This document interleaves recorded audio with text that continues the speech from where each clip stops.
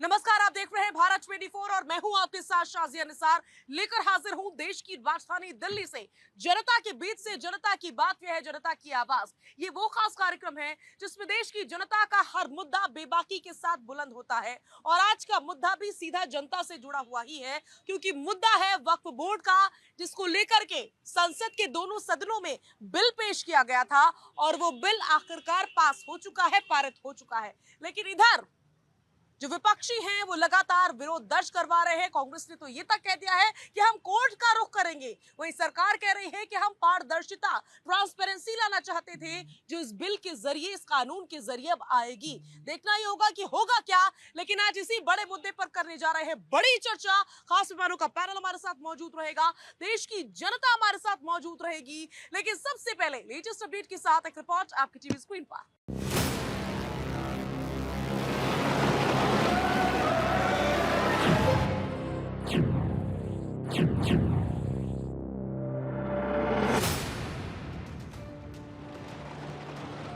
वक्फ संशोधन बिल संसद के दोनों सदनों से पारित हो गया है। एक तरफ जहां एनडीए के दलों ने इस बिल का जोरदार स्वागत किया, तो वहीं कांग्रेस समेत कई विपक्षी पार्टियों ने बिल का विरोध किया है। कांग्रेस ने शुक्रवार को कहा कि वो संसद में पारित वक्फ संशोधन बिल 2025 की संवैधानिकता को बहुत जल्द सुप्रीम कोर्ट में चुनौती देगी। वहीं वक्फ बिल को लेकर आज केंद्रीय मंत्री किरेन रिजिजू ने प्रेस कॉन्फ्रेंस की और पीएम मोदी समेत सभी दलों का आभार जाहिर किया। सपोर्ट किए हैं। कई विपक्ष के एमपी हमको आके कहा है कि निजी तौर पर सपोर्ट करते हैं। अच्छा बिल है। रिजिजू ने कहा कि बिल पास होने को लेकर अच्छी बात ये रही कि चर्चा के दौरान एक बार भी सदन स्थगित नहीं हुआ। तो देश की जनता हमारे साथ जुड़ चुकी है। खास मेहमानों का पैनल हमारे साथ मौजूद है। कौन कौन खास मेहमान आज की इस डिबेट में अपनी उपस्थिति दर्ज करवाने वाले हैं, सभी का तारुफ जल्दी से करवा देते हैं। हमारे साथ अनंत अमित मौजूद रहेंगे, जो कि बीजेपी के प्रवक्ता हैं। आदेश भारद्वाज मौजूद रहेंगे, कांग्रेस का पक्ष रखेंगे। स्वाति तिवारी जी मौजूद रहेंगी। मेहर मिश्रा हमारे साथ मौजूद रहेंगे। बरखा ट्रेन जी अपनी उपस्थिति दर्ज करवाएंगी। प्रियंका राणा जी मौजूद रहेंगी। शबनम खान जी अपनी उपस्थिति दर्ज करवाएंगी। फाजिल अहमद हमारे साथ मौजूद रहने वाले हैं और रफी अता मुस्लिम स्कॉलर हैं, वो भी अपनी उपस्थिति मौजूदगी दर्ज करवाएंगे। सभी खास मेहमानों का बहुत बहुत स्वागत है और शुरुआत मैं करने जा रही हूं फाजिल साहब के साथ। फाजिल साहब, आखिरकार कैसा लग रहा है जब दोनों सदनों से ये बिल पास हो चुका है, जिसका भारी विरोध आपके द्वारा दर्ज करवाया गया था? देखिए, विरोध के बाद ये तो संख्या का खेल है। संख्या उनके पास थी, वो बिल पास कर लिए। अब देखते हैं कि कितना गरीब को कल्याण होता है। 2 दिन पहले तो आप कह रहे थे कि हो ही नहीं सकता पास, देखिएगा होगा ही नहीं। नहीं, हम लोग जो कोशिश करना हमारा काम है। आप पारदर्शिता की बात कर रही थी ना। आज से 3 महीना पहले कोई देश का आदमी जानता था कि 180 करोड़ अमेरिका ने दिया है भारत को वोट टर्नअप के लिए? कोई जानता था? तो ट्रांसपेरेंसी तो हर जगह हमको चाहिए ना। हमको हर जगह नहीं, हमको ट्रांसपेरेंसी होनी चाहिए कि हर जगह देश को पता होना चाहिए कि अमेरिका से आपने 180 करोड़ रुपया वोट को टर्नअप के लिए लिया है।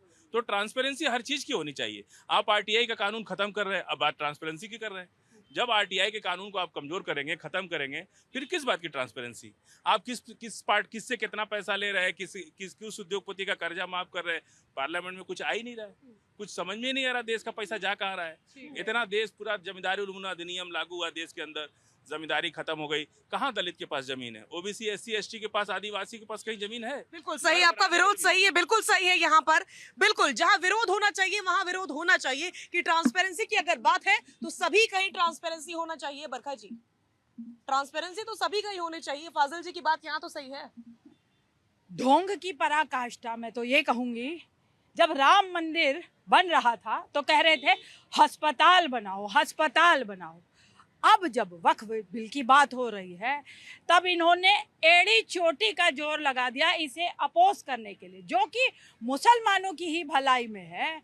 अब हमें समझना होगा कि मुसलमान का दिल बदल गया है, उसे अपनी बढ़ोतरी में ही काम करना है, उसे देश हित में काम करना है। ये भी इनसे बर्दाश्त नहीं हो रहा।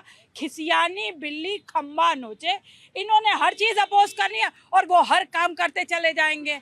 उन्होंने मंदिर भी बना लिया, उन्होंने मस्जिद भी बना ली, उन्होंने 370 भी पार करा दिया, उन्होंने पढ़े लिखे मुसलमानों के हाथ में बागडोर भी दे दी जहाँ जहाँ उन्हें देनी थी और आगे भी देते रहेंगे। वो तो चाहते हैं कि मुसलमान तबका आगे बढ़े। ट्रिपल तलाक से महिलाओं का कितना फायदा हुआ, मुस्लिम महिलाओं का। तो वो तो अपनी गति से काम करते रहे और बिल पास हो गया है, खुशियां मनाइए। जय श्री राम। ठीक है, बिल पास हो गया है। रफी अता साहब, कैसा महसूस कर रहे हैं आप? कुछ कहना चाहेंगे? जी कहना चाहेंगे, देखिए ये सरकार जो है सब कुछ कर सकती है, सब कुछ निरंकुश होती है ना। सरकार है तो सब कुछ कर ही सकती है, पावर ही इतनी है। निरंकुशता की हद होती है। अब देखिए ये अभी बोल रही थी और ये बिल्कुल सरकार भी करे मुसलमानों का। मेरे को पहली बार ऐसा नजर आ रहा है कि भारत के 20 करोड़ मुसलमान ये कह रहे हैं कि भाई हमारे भले की चीज नहीं है। जो कुछ लोग बैठे हैं ना पार्लियामेंट में, ये कह रहे हैं भाई ये तो मुसलमानों के मतलब वो काम जो हमारे भले का हमें ही नहीं पता है, हमें ही पता नहीं है कि हम मुसलमानों को ये पता नहीं है। जब ये सारा ज्ञान तो भारतीय जनता पार्टी के पास है, क्योंकि सबको ज्ञान वही दे रही है, सबका भला वही कर रही है। देखिए वक्फ किसे कहते हैं, वक्फ किसे कहते हैं? वक्फ कहते हैं कोई चीज ईश्वर को समर्पित कर देना। औकाफ की जमीन है तो ईश्वर को दिया। अब इसमें ये कह रहे हैं हम वहां से फायदा निकालेंगे, हम वहां से, ये काम तो गरीबों का काम है, गरीबों के लिए इस्तेमाल होता है औकाफ की जमीन। अच्छा फिर ये इसमें इनसे कंट्रडिक्शन पैदा कर रहे हैं। आज औकाफ की जमीन, रुकिए एक दफा रुकिए, आप बोलिए ना, रुकिए। औकाफ की जमीन 9.5 लाख प्रॉपर्टी मतलब करोड़ प्रॉपर्टी मतलब, अरे कहा यार, इसमें मस्जिदें भी है, दरगाहें भी है, कब्रिस्तान भी है, वहां से आमदनी होती है क्या? अच्छा इसमें गरीब है, गरीबों को मकान दे रखे हैं, गरीबों को मकान रहने के लिए दे रखे। 70 साल से गरीब रह रहे हैं, औकाफ की जमीनों पे वक्फ बोर्ड किराया लेता है ना, तो वो गरीबों का काम के इस्तेमाल के लिए चीजें हैं। अब इसमें सरकार का दखल क्या है? प्रॉपर्टी मेरी, जमीन मेरी, चीज मेरी, तो सरकार यहाँ से कहाँ से आ गई है? ये काम, सुनिए मेरी बात, ये काम गुरुद्वारा प्रबंधक कमेटी में भी आप कर सकते हैं, ये काम जो हिंदू न्यास बोर्ड है जितने मंदिरों में वहां भी कर सकते हैं। मतलब काम मेरा, आप अपनी चलाएंगे, गैर मुस्लिम को वक्फ बोर्ड के ऊपर घुसा देंगे, वहां बिठाएंगे, उनसे फैसला करवाएंगे। वक्फ कमीशन होता है हर स्टेट में, वक्फ कमीशन फैसला लेता है। हर एक प्रॉपर्टी, कितनी प्रॉपर्टी है एक जिले में, एक राज्य में कितनी प्रॉपर्टी है, तो वक्फ कमीशन के पास वो कर सकता है। समझ गई आपकी। और ऐतराज बहुत सी चीजों पर है, ऐतराज अब भी है शबनम जी, ऐतराज इस बात पे भी है कि गैर मुस्लिमों को क्यों जोड़ा गया है। ये ऐतराज जब बिल पास नहीं हुआ था तब भी हो रहा था और अब भी है। क्यों भाई गैर मुस्लिम क्यों नहीं जुड़ सकते हैं? आप कहते हैं कि हमारे पुरखे छोड़ कर गए, पूर्वज छोड़ के गए। कौन से पूर्वज? वो पूर्वज हमारे नहीं थे भाई, वो आक्रांता थे, हमारे भारत पे आए थे आक्रमण करके, हमारे भारत की जमीन पर बैठकर उनकी जमीन कैसे हो गई? भारत की जमीन थी भाई, वो भारत की जमीन है और भारत की जमीन ही रहेगी। शाजिया जी, मैं तो ये बोल रही हूँ कि अगर आपने वक्फ बोर्ड को ढंग से चलाया होता, अगर आपने वक्फ बोर्ड को गरीब मुस्लिमों के हित में चलाया होता तो आज फेरबदल करने की जरूरत ना पड़ती। आपने किसी मुसलमान को अगर वक्फ बोर्ड का एक फायदा दिया हो, चलिए गिनवा दीजिए, बैठे हैं आपके सामने ही खड़े मेरे कई सारे भाई जो कांग्रेस के पक्षधर हैं, इनसे पूछकर ये बता दीजिए, 3 चीजें बताइए जो गरीब मुसलमान को फायदा देती हूँ वक्फ बोर्ड से। एक भी फायदा नहीं। कब्रिस्तान पर भी कब्जा करे बैठे हैं, सारी जमीनों पर कब्जा करे बैठे हैं, 4-5 चंगू मौलानाओं का कब्जा है और मुसलमानों को, गरीब तबके को 1% अगर फायदा दिया हो तो आप बता दीजिए। ठीक है, जल्दी से 20 सेकंड में जवाब दीजिए। मैं जवाब दूंगा। देखिए ये फायदा के, मैं पूरे ये कह रही हूँ, पहली बात तो ये आपकी सूचना के लिए बता दूं कि इसमें जो मौलानाओं का कोई रोल नहीं है, इसमें सारी कम्युनिटी है इसमें। अरे सुनिए, पहले सुनिए, इसमें अरे एक बार रुकिए ना, पहले आपके जो आप बैठिए उधर, शबनम उधर जाइए, आप उधर बैठिए ना। अरे बता रहे, पहले जवाब। ये नहीं होता। देखिए चलिए बुलवाइए ना फिर इससे, पहले आप जवाब दे दीजिए। मैं बता रहा हूँ, बुलाइए फिर मुझे बुलाइए। ठीक है शबनम जी एक सेकंड उनसे जवाब ले लेते हैं आपके सवाल का। मैं ये कह रहा हूँ, देखिए इसमें एडमिनिस्ट्रेटर होते हैं, जो वक्फ की कमेटी होती है ना, उसमें एडमिनिस्ट्रेटर भी होते हैं, उसमें पब्लिक रिप्रेजेंटेटिव होती है, सारा कुछ। अच्छा ये कहते हैं क्या हुआ, अब मैं बताता हूँ क्या हुआ। दिल्ली में गिना दूं आपको, पंचकुला रोड देखा? अरे सुनिए, पंचकुला रोड देखा? वो औकाफ की जमीन पे है, औकाफ की, वहाँ कम से कम 300-400 लोग रह रहे हैं औकाफ की जमीन पे, और किराया देते हैं रिसीवर का। बसई दारापुर है, तिहाड़ है, माजीपुर है, मैं दिखाता हूँ ना औकाफ की जमीन। और औकाफ की जमीन जो है उससे टिबिया कॉलेज है, तो यहाँ आबादी रह रही है वक्फ औकाफ की। सरकार की नजर ये है कि मुसलमानों के पास जो रह रहे हैं, मुसलमान गरीब मुसलमान औकाफ की जमीनों पे रह रहे हैं, उन पे कब्जा करना इन लोगों का काम है। ये चाहते हैं उसको भी मुसलमानों के हाथ से। अरे ये हमारा क्या भला करेंगे? हमें नमाज ये पढ़ने नहीं देते, हमें रोजा ये रखने नहीं देते, हमें मस्जिद में जाने नहीं देते, और ये कह रहे हैं मुसलमानों का भला करेंगे। अरे भाई ये कौन सा भला है जो मुसलमानों का ये कर रहे हैं? ऐसा कौन सा भला है? ठीक है रफी अता साहब, आ रही हो अनंत जी प्लीज आगे आइए। आ रही ऊपर का जी प्लीज, आ रही हो सबको मौका देना है इसलिए प्लीज। अनंत जी, योगी आदित्यनाथ को लेकर के खबर है कि सरकार ने सभी जिलों के डीएम को निर्देश दिए हैं कि वे अभियान चलाकर ऐसी वक्फ संपत्तियों की पहचान करें जो रेवेन्यू रिकॉर्ड में दर्ज नहीं है और जिन्हें नियमों को नजरअंदाज कर वक्फ घोषित किया गया है। इन संपत्तियों की पहचान की मैं जानना चाहती हूँ, इतनी किस बात की जल्दबाजी है? अभी तो कानून बना भी नहीं है, बिल ही पास हुआ है, जल्दबाजी किस बात की है? साजिया जी, हिंदुस्तान के लाखों करोड़ों गरीबों की आवाज बनके जिस तरीके से नरेंद्र मोदी जी की सरकार आई है और आज सूरज की उजाली के साथ वक्फ के बाद वक्फ बोर्ड पे जिसकी आवाज थी, गरीब मुसलमानों की आवाज थी और तमाम बेवाओं के लिए जिस तरीके से मोदी सरकार ने ये काम किया है, वो जितनी भी उसकी तारीफ की जाए वो कम है। जिस तरीके से देश में हर्षोल्लास का माहौल बना हुआ है, 24 घंटे से पूरे देश की जनता 75 वर्षों के बाद जो हुआ है उसके लिए लालायित थी, और इस सरकार को जिस तरीके से लोग का सहयोग मिल रहा है वो बहुत ही सराहनीय है। दूसरी बात, ये हमारे भाई ये कहना चाहते थे, अरे आप ध्यान मत दीजिए, आप सुनिए हमारी बात। मैं इनसे पूछना चाहता हूँ कि आप ये बताइए, जिस तरीके से आपने प्रश्न किया माननीय योगी आदित्यनाथ जी के विषय में, तो मैं इनसे पूछना चाहता हूँ, यूपी के उन लोगों से पूछना चाहता हूँ, यूपी के उपराज्य अखिलेश जी से पूछना चाहता हूँ कि आप ये बताइए कि आजम खान को कितने जमीन आपने दे रखी है? आजम खान की जो रामपुर में यूनिवर्सिटी है किसका जमीन पे बनी हुई है? अतीक अहमद के पास कितनी जमीनें थी? मुख्तार अंसारी के पास कितनी जमीनें थी? ये देश की जनता जानना चाहती है। वक्फ का आज जो स्थिति है 95.5%। मैं अपने भाई से पूछना चाहता हूँ, यहाँ पे जितने भी तमाम लोग हैं, पूछना चाहता हूँ, एक अपने बगल के मुसलमान गरीब का बता दीजिए जिससे वक्फ से फायदा हुआ, मैं राजनीति छोड़ दूंगा। ये मैं पूछना चाहता हूँ। नहीं रफी साहब जवाब दे मैं बता रहा हूँ, जगह बता रहा हूँ, मेरे साथ चलो ना। आप सारी बातें बसई दारापुर चलिए। अरे बता रहा हूँ, नाम बताइए। अरे बता तो रहे हैं, सुनिए तो जरा। बसई दारापुर चलिए, तिहाड़ चलिए, है तिबिया कॉलेज चलिए। अरे बता रहा हूँ, अरे आदमी क्या 500 लोग रहते हैं, 500 लोग रहते हैं, फायदा क्या होता है? मुसलमानों को तिहाड़ ही ले जाओगे? तिहाड़ ही ले जाएंगे ये मुसलमानों को?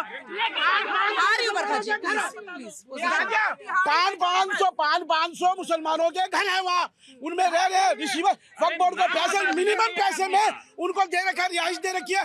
असल मुद्दा है उनसे छीन के, क्योंकि इन्होंने वो बिठा दिया ना कि डिस्ट्रिक्ट मजिस्ट्रेट को आज के बाद आदेश होगा, अधिकार होगा, कलेक्टर को होगा, मैं एप्लीकेशन दूंगा, मुझे ये 200 घर रह रहे हैं मुसलमानों के, इसमें ऐतराज है, जमीन कब्जा, ये काम है इनका। मैं कहता हूँ दिल्ली में कम से कम 50 ऐसी बस्तियां हैं जो वक्फ बोर्ड की जमीन पे रह रही है और मुसलमान रह रहे हैं। ठीक है, बड़ी बात। आदेश जी थोड़ा सा पीछे हो जाए प्लीज थोड़ा सा पोजीशन पे। आदेश जी कांग्रेस कह रही है कि हम कोर्ट जाएंगे, सुप्रीम कोर्ट का रुख करेंगे। साजिया जी, पार्लियामेंट को संविधान बनाने का अधिकार है। पार्लियामेंट ने हमारे कहने के बाद बड़ी मुश्किल से तीसरा कार्यकाल भारतीय जनता पार्टी का है, जिसने पहली बारी जेपीसी बनाई। ये सरकार को घुटनों पे आना पड़ा क्योंकि 400 की जगह 240 पे आ गई थी। और जेपीसी के अंदर जो आज तक की परिपाटी थी, जो जेपीसी ने माइलस्टोन तय करे कि जो भी उसके अंदर डिसेंट नोट दिए जाते थे उनको उसमें सबमिट किया जाता था, जगह दी जाती थी और चर्चा होती थी। लेकिन पहली बारी 44 डिसेंट नोट आने के बावजूद सरकार ने उनको चर्चा का हिस्सा नहीं बनाया, इसलिए लोगों में जेपीसी में तो डिस्कशन हुआ ना, जेपीसी में तो डिस्कशन हुआ। एक मिनट, इस देश में जब किसानों के कानून बने तब भी कृषि मंत्री ने देश को गुमराह किया पार्लियामेंट के अंदर, और उनसे जब एक सवाल पूछा गया तो उन्होंने कहा कि 97 लाख किसानों से हमने चर्चा करके कृषि कानून बनाए, लेकिन सरकार 750 किसानों की शहादत के बाद सरकार को घुटनों पे आना पड़ा। जब डिफेंस में ये जो नौजवान हमारे साथी खड़े हैं, जब 4-4 साल की नौकरी डिफेंस के अंदर तय की गई जब डिफेंस के अंदर 4-4 साल की नौकरी तय की गई तब भी कहा गया कि डिफेंस की रिकमेंडेशन है, लेकिन डिफेंस के रिकमेंडेशन का डिफेंस के एक अधिकारी ने कहा कि हमारे सामने जब ये बिल आया तो हमें बड़ा आश्चर्य हुआ कि हमारे से इसके ऊपर चर्चा नहीं की गई। आज अमेरिका के सामने नहीं, आप लोगों ने चर्चा नहीं की। आपने वक्फ बोर्ड पर प्लीज आदेश जी सवाल सुन लीजिए, नौजवानों को हथकड़ी और बेड़ियों से सवाल सुन लिए मेरा सवाल सुनिए। ठीक है आ रही हूँ मैं आपके पास, प्लीज पोजीशन पे करना कुछ होता है और करते कुछ। प्रियंका राणा जी जरा आगे आइए। प्रियंका राणा जी, इस समय इस देश में क्या चल रहा है ये समझ के परे है। इससे पहले ये सिचुएशन देखी नहीं गई। कभी हम सुन रहे हैं कि गोश्त की दुकानों पर गोश्त नहीं मिल रहा है, जबकि कोई आदेश जारी नहीं हुआ ऐसा बड़ा, खासकर की राजधानी वगैरह में। इसके अलावा हम देख रहे हैं कि मस्जिदों के बाहर हाई सिक्योरिटी है। अभी रामनवमी है, क्या इसी प्रकार से हाई सिक्योरिटी रामनवमी पर भी देनी पड़ेगी? क्या चल रहा है? हम हिंदू मुसलमान सब साथ में रहने वाले जाने जाते हैं, माने जाते हैं, गंगा जमुनी तहजीब मानी जाती है, लेकिन इस समय देश में क्या चल रहा है कि सिक्योरिटी लगानी पड़ रही है। एक दूसरे के घर सिवैयां और मिठाइयां खाते थे, क्या हो गया है? देखिए साजिया, कुछ बातें तो समझनी पड़ेंगी। अभी इन्होंने कहा शिक्षा, स्वास्थ्य और रोजगार, इन मुद्दों पर मैं हमेशा आवाज उठाती रही हूँ, लेकिन बात तब आ जाती है जब रोजगार पे। तो वक्फ बिल जो है वो उसका काम क्या था? उसका काम यही था ना, रोजगार देना, शिक्षा देना, स्वास्थ्य सुविधाएं देना, और खास तौर से महिलाएं, जो विधवा महिलाएं हैं, उनको पेंशन देना। कितने लोगों को फायदा हुआ। और ये मैं सिर्फ एक मजहब की बात नहीं कर रही हूँ, इसमें हिंदू मजहब भी आता है। बहुत सारी दलित महिलाएं भी ऐसी हैं। अमेंडमेंट बिल हुआ था अभी वुमेन्स रिजर्वेशन बिल पर, उस पर कितना रिजर्वेशन मिला है महिलाओं को, उस पर कोई बात नहीं कर रहा है। लेकिन बात ये आ जाती है कि पहले भी कितने सारे बिल अमेंडमेंट हुए हैं, आज और हो गए। लेकिन ये कहना कि भैया पहले कोर्ट में ही चले जाते, सबसे ज्यादा उंगली क्यों उठाई गई वक्फ बोर्ड पे कि उसमें कोर्ट नहीं जा सकते हैं। आज कांग्रेस जा रही है तो परेशानी है। भाई संविधान अलाउ करता है, कोर्ट में जाना सबका अधिकार है। जो सही होगा कोर्ट डिसाइड करेगा और वो चीज करेगा। लेकिन जो मूलभूत समस्याएं हैं उन पर भी बात होनी चाहिए। अगर किसी मजहब के अंदर अगर कुछ गलत चीज हो रही है, उसको उजागर करना, उसको सही करना सरकार का काम है और सरकार कर रही है, तो इसका हमें समर्थन करना चाहिए। लेकिन बात आ जाती है जब नमाज पढ़ने की, सड़कों पे नमाज की जब बात हुई तो सड़कों पे नमाज पे खुद साजिया जी, आप खुद मुसलमान हैं, आपको भी पता होगा पाक साफ जगह पर नमाज पढ़नी चाहिए। क्या सड़कें पाक साफ जगह हैं? आप तो बरगलाएंगे ना, आप मुस्लिम को यही तो इतने सालों से आप देखिए इस देश में दूसरा ऐसा, एक मिनट रफी भाई, एक मिनट, दूसरी बात हमारे जिंदगी में सुन लीजिए, दूसरी बार पार्लियामेंट में एक बिल बना जो पूरा देश, पूरी पार्लियामेंट उसके खिलाफ बोली, लेकिन वो बिल पास हो गया। ऐसा ही एक बिल अटल बिहारी वाजपेयी के जमाने में पास हुआ था, कोटा बिल, और जब वो लगा तो उन्होंने कहा सबसे पहले राजा भैया पर लगा, और जब राजा भैया पे कोटा कानून लगा तब उन्होंने कहा करे ये तो बिल हिंदू विरोधी पास हो गया। अरे भाई, जब ऐसा ही जब बिल आप बिना बहस के, बिना किसी को सोचे समझे, आप जेपीसी में डिस्कशन तो हुआ था ना, वही सवाल ये आपने देखा हुआ गिलास की तोड़ी हुई बोतल फेंका गया, पानी एक दूसरे पर चल रहा था। ये जेपीसी का हाल है। इतने पार्लियामेंट मेंबर जेपीसी में बोतल फेंकी जाएगी, ये हमारा देश को कहाँ पहुँचा दिए लोग। ठीक है, ये समस्या है। और स्वाति जी प्लीज पीछे आ जाइए, स्वाति जी प्लीज पीछे आइए। और आप देख रही हैं कि माहौल कितना गर्म नजर आ रहा है। ये सिचुएशन जब बिल पास नहीं हुआ था उससे पहले भी नजर आ रही थी, इसके बाद भी नजर आ रही है। कई पार्टियों से खबर तो ये भी मिल रही है कि उनके नेता पार्टी छोड़कर जा रहे हैं। क्या कुछ संभावनाएं नजर आ रही है? क्या हो सकता है? एमके स्टैलिन ने कल अपनी विधानसभा में ऐलान कर दिया कि वो कोर्ट जा रहे हैं, तो स्टैलिन इंडी गठबंधन के एक घटक दल की तरफ से तो ऐलान हो गया। और कांग्रेस जो 370 के खिलाफ गई, राम मंदिर के खिलाफ गई कोर्ट में, तो ये जाएगी ही जाएगी, ये इनका पैटर्न यही है। अभी जो माहौल की बात बनाई जा रही है वो एक्चुअली बनाई जा रही है। अभी हमारे बहुत सारे माननीय प्रवक्ता लोग और विशेषज्ञ लोग बहुत तरह की बातें कर रहे हैं। एक उदाहरण दूंगी केरल का, 1000 केसेस हैं वक्फ ट्रिब्यूनल में, 457 केस दर्ज किया है, उसमें ईसाई और हिंदू परिवार है। 600 से ज्यादा तो मुसलमानों ने ही वो वक्फ ट्रिब्यूनल गए हैं। तो ये किस आधार पे कह रहे हैं कि 20 करोड़ मुसलमान जो है वो इस संशोधन के विरोध में है? जो ऑलरेडी वक्फ ट्रिब्यूनल में जो मुसलमान अपनी आवाज लेके गए हैं, जो ये कह रहे हैं कि हमारी जमीनों पे गलत कब्जा किया गया है वक्त के द्वारा, तो क्या उसको किसने बरगलाया है? क्या भाजपा ने बरगलाया है? क्या एनडीए ने बरगलाया है? ये मुझे बताएं।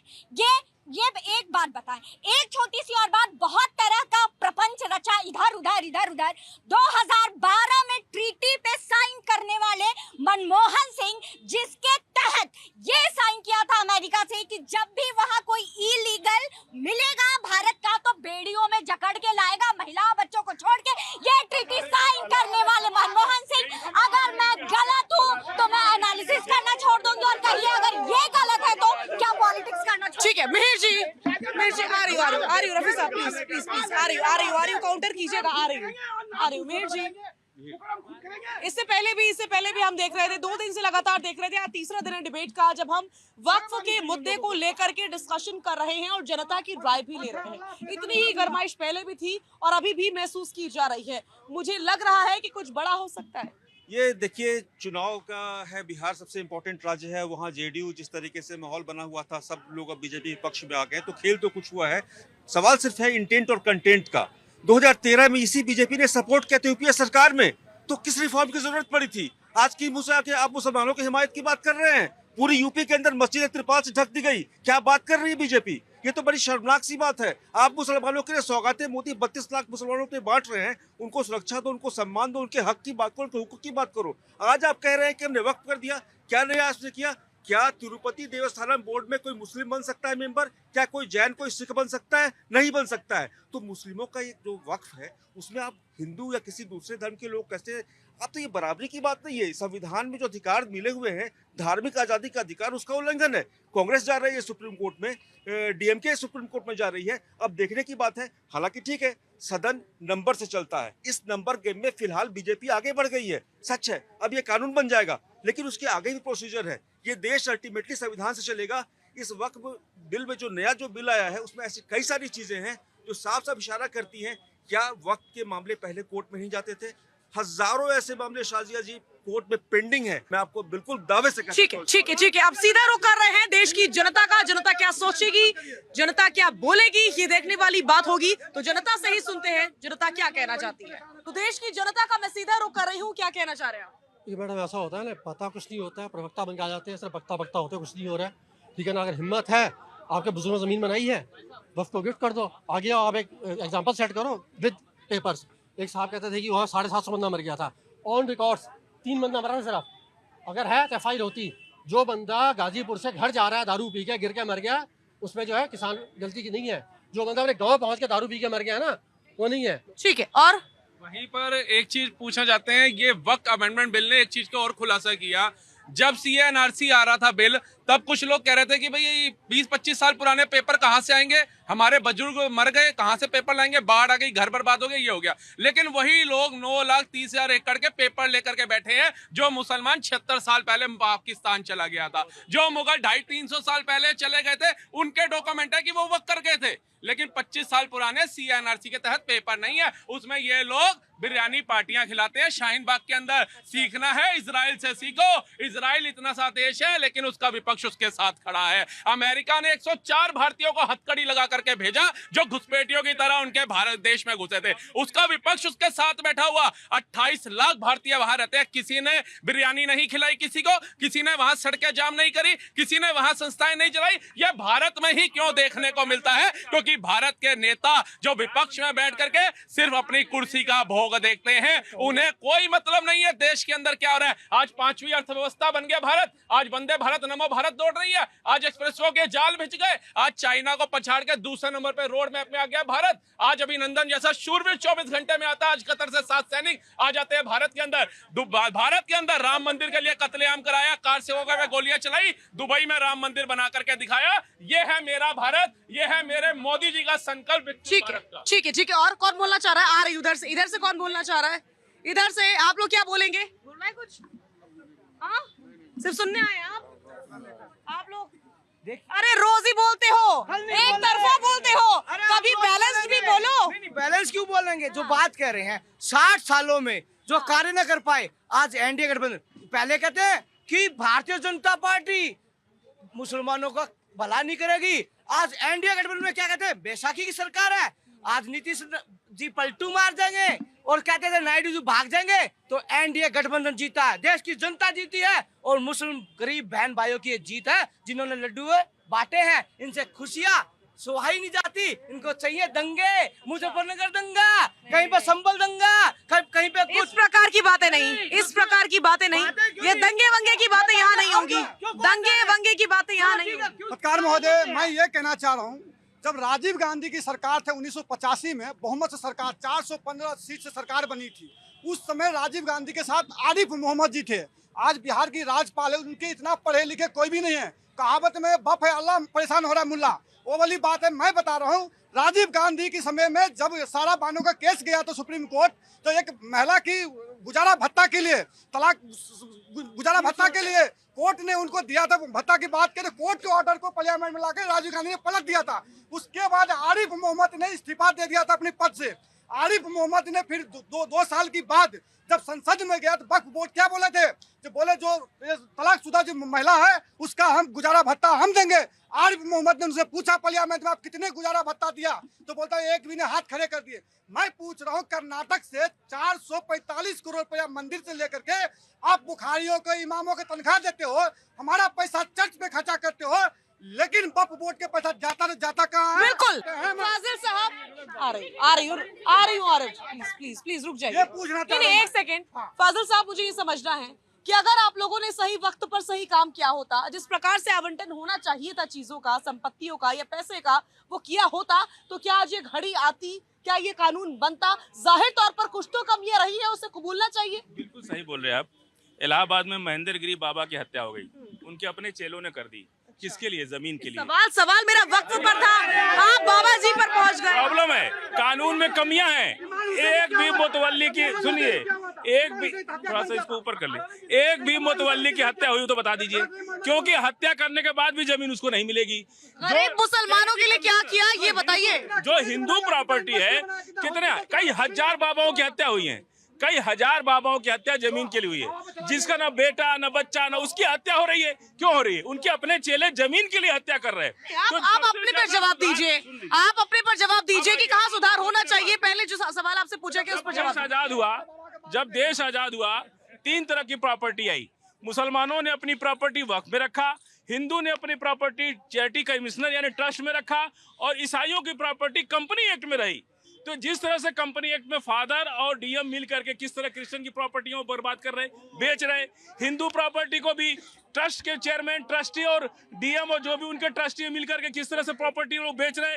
इसीलिए खुद हिंदू को इतना ज्यादा भरोसा है वक्फ पर कि हिंदू अपनी प्रॉपर्टी वक्फ कर रहे हैं, क्योंकि उनको पता है कि वक्फ में सब कुछ। बिल्कुल, हिंदू को भी विश्वास था और मुसलमान को भी, लेकिन वक्फ ने क्या किया ये सवाल उठ रहा है और इसीलिए नए कानून बन रहे हैं। सवाल मेरा बड़ा ही कॉमन सवाल था कि क्या उस प्रकार से मुसलमान गरीबों की मदद हुई वक्फ के द्वारा? उत्तर प्रदेश के अंदर एक सीनियर आईएएस, रुकिए, सीनियर आईएएस, सुन लीजिए, कुछ बता रही है, दिखाइए। अभी ये कह रहे थे महेंद्र गिरी जी की हत्या हुई थी, उन्होंने आत्महत्या करी थी। ये देख लीजिए, हो गया। सुनिए, जिस भ्रष्टाचार की ये बात कर रहे हैं, उत्तर प्रदेश के अंदर 3 वरिष्ठ सीनियर, ये थोड़ा सा ऊपर की आवाज नहीं आ रही। अरे आपको क्यों लगता है कि आवाज नहीं आ रही? पूरी आवाज जा रही है आपकी, बहुत इनसिक्योर है। सुनिए, 3 आईएएस अफसर उत्तर प्रदेश के अंदर हाईकोर्ट के हस्तक्षेप से सस्पेंड किए गए। वो भ्रष्टाचार रोकने का काम तो उन्हीं का है ना। जब आईएएस का ये हाल है तो दरोगा का क्या हाल होगा, तहसीलदार का क्या हाल होगा, लेखपाल का क्या हाल होगा? वक्फ पर कोई जवाब नहीं होगा। वही आईएएस तो वक्फ को देखता है ना, वही आईएएस तो है वक्फ को कंट्रोल करता है। भ्रष्टाचार को रोकने का काम किसका है? आईएएस का है, आईपीएस का है। तो जब सरकार कानून बना रही है, अमेंडमेंट कर रही है, तो आपको इतनी तकलीफ हो रही है, कोई आईएएस दखल दे देगा तब तो आपको पता नहीं क्या कर देंगे। आईएएस जो जेल में जा रहे हैं उन्हीं को तो कंट्रोल करना है। भ्रष्टाचार हम थोड़ी कंट्रोल करेंगे। भ्रष्टाचार कौन कर? डीएमएसपी करेगा, आईएएस करेगा, आईपीएस करेगा, कमिश्नर करेगा, मुख्यमंत्री करेगा, प्रधानमंत्री करेगा। ठीक है, देखिए साजिया जी, मैं सभी लोगों का सुना हूँ और मैं कांग्रेस के मित्र को बताना चाहता हूँ कि जेपीसी की बात कर रहे थे, तो आपको मैं बताना चाहता हूँ जेपीसी के गठन के बाद 38 बैठकें हुई है और देश के सभी प्रांतों में घूमने के बाद 118 घंटे की बैठक होती है और उसके बाद जिस तरीके से पार्लियामेंट में किसी अमेंडमेंट पे हाथ उठाकर उसके पक्ष और विपक्ष में होता है, उसी तरीके से जेपीसी के अंदर होता है। और 44 अमेंडमेंट उसमें होते हैं और 44 अमेंडमेंट के बाद डिसेंट ऑफ नोट भी लगता है उसके बावजूद। और दूसरी बात मैं बताना चाहता हूँ, मेरे स्कॉलर कह रहे थे, मेरे मित्र कह रहे थे कि कोई एक ऐसा बता दीजिए जो कि मुस्लिम हिंदू की संस्था में मुसलमान हो। तो मैं आपको बताना चाहता हूँ कि देश में 12 ज्योतिर्लिंग है, जिसमें बैद्यनाथ धाम देवघर आता है। वहां का सचिव कौन है मालूम है? हफीजुल अंसारी। वो मुस्लिम भाई है और हमारे देवघर का है वो, और वो उसके सचिव है। क्या है वो? मंत्री है जी। ये आपके जानकारी के लिए बता रहा हूँ। दूसरी बात, आज जिस तरीके से वक्फ की स्थापना 1913 में हुई, 1913 में होने के बाद देश आज 2013 में और 1995 में भी वक्फ का संशोधन होता है। लेकिन मैं आपको बताना चाहता हूं देश की जनता को कि 2 बार वक्फ के संशोधन होते हैं, लेकिन किस लिए होते हैं? 95 में जब होता है तो कांग्रेस की सरकार होती है, 96 में लोकसभा का चुनाव होता है, 2013 में होता है, 2014 में लोकसभा का चुनाव होता है। और 9.5 लाख करोड़ को 2013 से 2025 में 21 लाख करोड़ संपत्ति हो जाती है। और ये इसका क्या होता है? इसका खामियाजा ये होता है कि उन सारी प्रॉपर्टी का कब्जा किनके ऊपर है? 5% चुन उन लोगों के ऊपर। और ओवैसी साहब के विषय में कहना चाहता हूँ, हैदराबाद में उन्होंने अस्पताल बना रखा है, मेडिकल कॉलेज बना रखा है। इस बार करे और भी बनाए, अस्पताल में क्या दिक्कत है भाई? बनाए ना, मैं तो कह रहा हूँ। क्यों? और 1 रुपए पे इलाज होता है वहाँ। और 1 रुपए पर दिल्ली में सुन लीजिए नहीं, अरे भाई आपको अस्पताल है, स्कूल तो अच्छी चीज है। एक गरीब का इलाज होता है वहाँ। अरे सब आप बताओ ना, नाम बताओ। आप कभी गए इलाज कराने? अरे कभी गए वहाँ? भैया मैं क्यों जाऊंगा? यहाँ एम्स में मैं होता दिल्ली है। में रहता हूँ। एक मिनट जरा। एम्स में होता है। अरे आप की जाना बताइए। MRI के लिए 3 महीना बाद नंबर मिल रहा है। अरे एक्सरे के लिए एम्स में, इसी एम्स में, ये दिल्ली के एम्स में एक्सरे करने के लिए 3 महीना बाद बुलाया। अरे जब से ब्लड प्रेशर का मरीज जो है की सरकार उसका बनी है, ऑपरेशन करने के लिए 3 साल बाद बुलाता है एम्स के अंदर। ये क्या बात कर रहे हैं? आ रही हूँ। मेहर जी, आप कुछ कह रहे हैं? एक नया टॉपिक चला है इस वक्त बिल के बाद, जिसमें एक टर्म आया है बहुत ही अजीबोगरीब है। इंटायर पॉलिटिकल साइंस में शब्द कभी नहीं सुना होगा, प्रैक्टिसिंग मुस्लिम। यानी आप मुसलमानों के घर में CCTV कैमरे लगाएंगे, आप साबित करेंगे मैं 5 वक्त का नमाज पढ़ता हूँ, क्या जरूरी है? प्रैक्टिसिंग मुस्लिम से क्या? देखिए, कंटेंट और इंटेंट दोनों में खोट है। मैं बिल्कुल साफ साफ कह दूं, एक रास्ता बनाया ताकि नीतीश कुमार के लिए फ्रेशरिंग हो। मैं बिल्कुल सही बोल रहा हूँ, एक भी नहीं। आज कल की पूरी स्पीच आप देख लीजिए उठा करके। शबनम जी, आप बोलिए माइक आपके आगे। शाजिया जी, हिंदू भाइयों की जो ट्रस्ट है, बड़े बड़े स्कूल कॉलेज मिलेंगे आपको। मुसलमानों का वक्फ बोर्ड है, क्या दिया आपने मुसलमानों को?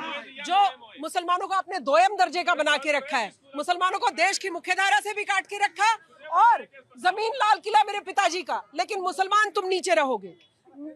ये सारा कनॉट प्लेस मेरे पिताजी का। अरे भाई, भारत की जमीन को आप अपनी नहीं बता सकते हैं बात में। सबसे बड़ी पॉलिटिकल पार्टी में एक भी सांसद बताइए मुस्लिम हो, एक सिंगल सांसद बता दीजिए, एक सिंगल मंत्री बता दीजिए। किस बात से मुसलमानों की हिमायती है? गलत बात है, ये बिल्कुल गलत बात है। दोगला चरित्र है। जब मुसलमानों की आंखें खुलेंगी, जब मुसलमानों के लिए नए दरवाजे खुलेंगे, तो मुसलमान हजारों सांसद नजर आएंगे। एक सिंगल सांसद आएंगे, मंत्री नहीं है।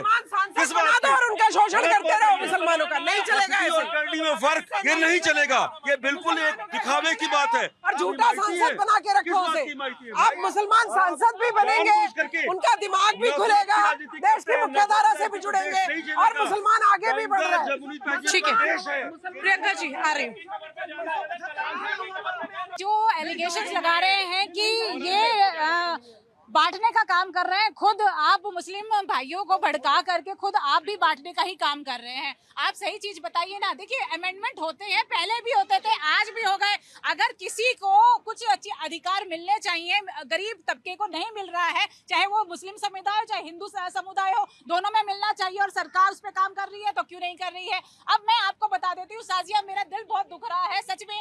पीछे लोग खड़े हुए हैं, सेव आवर चिल्ड्रन। ये कौन से मजहब के हैं? ये हिंदुस्तान के नागरिक हैं, इसी देश के नागरिक हैं, और छोटे छोटे बच्चे आज व्हील चेयर पे बैठे हैं। आज हम इन पर बात नहीं कर रहे हैं। मस्कुलर डिस्ट्रॉफी ये एक बीमारी है जिसको इलाज मिलना जरूरी है, लेकिन आज हम क्या बात कर रहे हैं? वक्फ बोर्ड में, अरे वहाँ पे भी तो मेडिसिन फैसिलिटी मिलनी चाहिए, यहाँ इन लोगों को क्यों नहीं मिल रही है? क्या इनकी डिमांड पूरी नहीं होनी चाहिए? आप इनको, इन बच्चों को देखिए, आप ये देखिए, क्या ये बच्चे हमारे देश का भविष्य नहीं है? क्या इनको और शबनम जी का मैं हूँ शबनम जी, जरा आगे आइए। इस देश में वाकई बहुत सारे मुद्दे हैं, बेरोजगारी हो गई, अशिक्षा हो गई, स्वास्थ्य हो गया, लेकिन ऐसा क्यों होता है कि हम मजबूर होकर के घूम फिर करके डिस्कशन उन्हीं मुद्दों पर करते हैं जिन पर नहीं होना चाहिए। जाहिर तौर पर वो हिंदू मुसलमान का टॉपिक हो गया, वक्फ का टॉपिक हो गया, नमाज का टॉपिक हो गया, रामनवमी का टॉपिक हो गया, इन मौकों पर सुरक्षा का टॉपिक हो गया। ऐसे ही मुद्दों पर हमें क्यों डिस्कशन करना पड़ता है? मेरा कुछ देर पहले भी यही सवाल था कि इस देश में गंगा जमुनी तहजीब पेश की जाती थी, आज वो कहाँ गए? वो सिवैयां खाने वाले लोग, वो होली मनाने वाले लोग सब कहाँ गए कि इतनी सिक्योरिटी देनी पड़ती है? मैं जवाब दे रही हूँ आपको। पहले भी सब लोग प्यार से सिवैयां खाते थे, आज भी सब प्यार से ही सिवैयां खाते हैं। कुछ उपद्रवी लोग जो इस तरीके के षड्यंत्रों को अंजाम देते हैं, उनकी वजह से सिक्योरिटी की बात नहीं हो पाती है, उनकी वजह से आप और हम और चीजों के और मुद्दों पर बात नहीं कर पाते। और मैं आपको बताऊं, जब से प्रधानमंत्री नरेंद्र मोदी जी आए, पुरानी चीजों को सही करना बेहद जरूरी है देश के लिए। आप और हम कह रहे हैं हम नई शबनम जी, मुझे जानना है, जो सिक्योरिटी हमारी मस्जिदों या मंदिरों की बाहर लग रही है, हमें वो बॉर्डर पर लगानी चाहिए। ऐसा क्यों चल रहा है इन दिनों कि वो सिक्योरिटी हमारे देश के भीतर लग रही है? क्षेत्र खतरे में हो शाजिया जी, तो हमारे क्षेत्र को भी तो सिक्योरिटी चाहिए। क्या हमें हमारे अपनों से ही खतरा हो चुका है? कोई खतरा नहीं है, लेकिन एक उपद्रवी हम सबको इस तरीके की पोजीशन में लाकर खड़ा कर देगा कि हम सब लोग डरेंगे एक दूसरे से। तो उपद्रवियों को अगर आप सही सजा देना शुरू कर देंगे, उपद्रवियों पर अगर आप कड़ा शिकंजा कस लेंगे, तो मुझे लगता है भविष्य में आप और हम इन चीजों को नहीं देखेंगे। पर हाँ, हमें सोचने की जरूरत है कि हम सब सोचें कि हमारी खीर में कहीं नमक न डल जाए, और नमक डालने वाला कौन है? कोई भी हो, उसे कड़े शिकंजे में कसकर सजा मिलना बेहद जरूरी है। कोई किसी अपराधी के साथ खड़ा होकर ये ना कहे क्योंकि ये फला जाति का था, फला धर्म का था, इसको बचाने की कोशिश की जाएगी। और थोड़ी सी हमारी नेताओं की इच्छा शक्ति भी मजबूत होनी चाहिए। हमारे नेताओं की इच्छा शक्ति भी, आप देखते हैं आधे लोग इधर बढ़ जाते हैं नेता, आधे लोग उधर बढ़ जाते हैं। अरे अपराधी कोई भी हो, से अपराध किया है तो सजा मिलने दीजिए। बिल्कुल बिल्कुल, जाहिर तौर पर तेरी पार्टी का सबको एक समान सजा होनी चाहिए, सबके लिए एक समान कानून होना चाहिए। स्वाति जी, आप क्या कहना चाह रही थी? ये लोग जो बार बार बात बोल रहे हैं कि हमारे मुसलमान समाज को वक्फ ने ये अस्पताल दिए, वो अस्पताल दिए, सिर्फ दो सवाल। एक, 9.25 लाख करोड़ की संपत्ति का आय सिर्फ 1.67 करोड़ क्यों? पहला सवाल। दूसरा सवाल, इमरान तुर्की जो है निदेशक वक्फ डेवलपमेंट निगम यूपी के, उन्होंने आंकड़ों के, वो खुद है वक्फ के निदेशक, उन्होंने आंकड़ों के बूते पे कहा है कि यूपी में 85% वक्फ की जमीनों पे अवैध कब्जा है। तो क्या वक्फ के लोग ही गलत आंकड़ा दे रहे हैं? क्या वक्फ के लोग ही गलत जो है वो तस्वीर पेश कर रहे हैं इस देश के सामने? तो अगर इतनी सारी गड़बड़ियां हैं तो सुधार की गुंजाइश क्यों ना हो, और ये सुधार हो रहा है तो पेट में मरोड़ क्यों? ठीक है रफी साहब, प्लीज थोड़ा सा पीछे हो जाइए। ये जो बार बार कह रहे हैं, पहली बात तो औकाफ को समझने की बात है। औकाफ कोई बिजनेस नहीं है, औकाफ की संपत्ति बिजनेस नहीं है कि उससे फायदा किया जाए और उठाया जाए, ये नहीं है। औकाफ, रुकिए पहले एक बार, औकाफ की संपत्ति जो है गरीबों के लिए है, मुसलमानों के लिए है, आम मुसलमानों के लिए, आम मुसलमानों ने ही दी है। दूसरा, हाँ, आम मुसलमानों ने ही दी है। दूसरा ये बात बार बार ये कहते हैं, एक बार रुकिए, बार बार, अरे आप बोलिए ना, बार बार ये कहते हैं कि ये पाकिस्तान से आए हुए लोगों की संपत्ति है। पाकिस्तान वालों की, पाकिस्तान जो चले गए उनकी संपत्ति नहीं है, वो शत्रु संपत्ति होती है। औकाफ की संपत्ति मुसलमानों को, मुसलमान आज से नहीं हजारों सालों से देते आए हैं। औकाफ की और औकाफ का ट्रस्ट चलाने वाली कमेटी जो होती है, आमतौर पे उसका जो चेयरमैन होता है वो एडमिनिस्ट्रेटर होता है, IAS ऑफिसर होता है, और बाकी जो बॉडी होती है वो गवर्नर बॉडी है। ये लोग ये चाहते हैं कि वो IAS अफसर है तो वो मुसलमान होता है, उसमें कब ये उसको क्लॉज को निकाल रहे हैं कि जो अधिकारी नियुक्त हो वो मुसलमान लोग, क्यों ना मुसलमान हो, भाई मुसलमानों की संपत्ति है, मुसलमानों ने दी है, मुसलमानों के लिए यूज है, गैर मुस्लिम क्यों देगा? ठीक है, तो ये स्थिति है देश की राजधानी दिल्ली की। दिल्ली वो जगह जहां अलग अलग राज्यों से लोग आते हैं और पहुंचते हैं और अपनी आवाज को बुलंद करते हैं।